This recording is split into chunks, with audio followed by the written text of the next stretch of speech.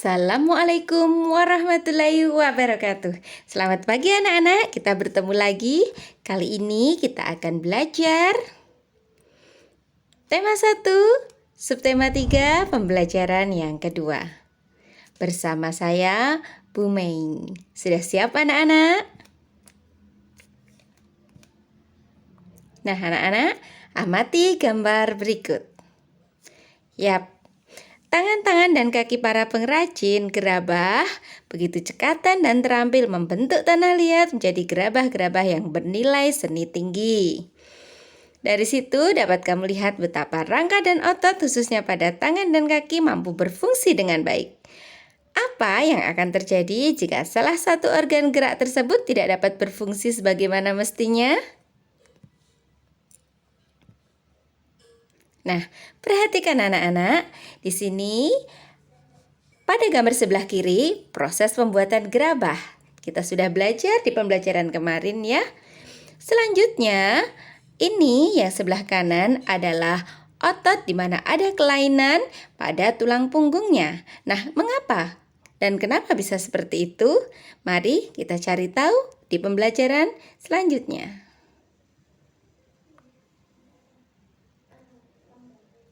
Macam-macam kelainan pada organ gerak pasif atau tulang. Nah, yang pertama adalah fraktura atau patah tulang. Diamati anak-anak gambarnya. Nah, kelainan pada tulang akibat kecelakaan, baik kendaraan bermotor atau jatuh, dibedakan menjadi dua, yaitu fraktura yang tertutup atau patah tulang yang merobek kulit atau otot. Dan fraktura yang terbuka, patah tulang yang merobek atau menembus kulit atau otot. Diperhatikan gambar 1 yang sebelah kiri ini pada kondisi normal, yang kedua ini adalah fraktura tertutup, dan yang sebelah kanan ini adalah fraktura terbuka.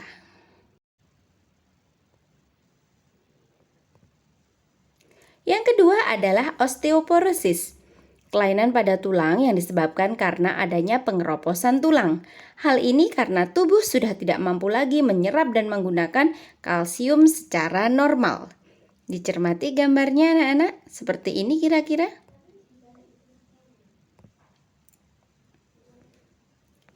Fisura atau retak tulang. Kelainan tulang yang menimbulkan keretakan pada tulang akibat kecelakaan. Dilihat anak-anak.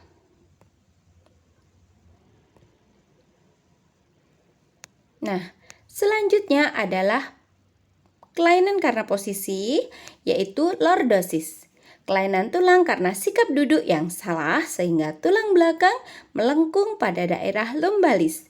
Hal ini akan mengakibatkan posisi kepala tertarik ke belakang. Skoliosis. Kelainan tulang karena sikap duduk yang salah sehingga tulang belakang melengkung ke arah samping. Hal ini akan menyebabkan badan akan bengkok membentuk huruf S. Kifosis, kelainan tulang karena sikap duduk membungkuk sehingga tulang belakang membengkok ke belakang.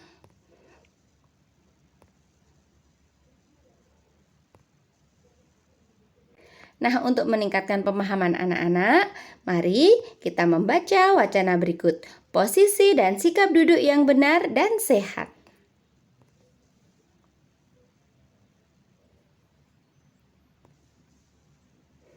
Slide selanjutnya.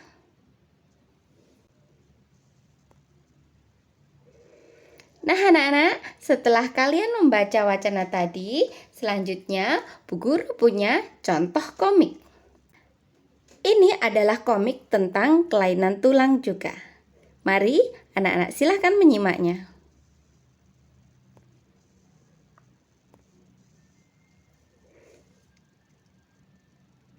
Sudah anak-anak? Di sini ada 5 kolom untuk pembuatan komiknya. Sudah tahu ya? Jadi ini adalah wacana yang tadi dibuat komik kira-kira seperti ini. Nah, siapa tahu apa itu komik?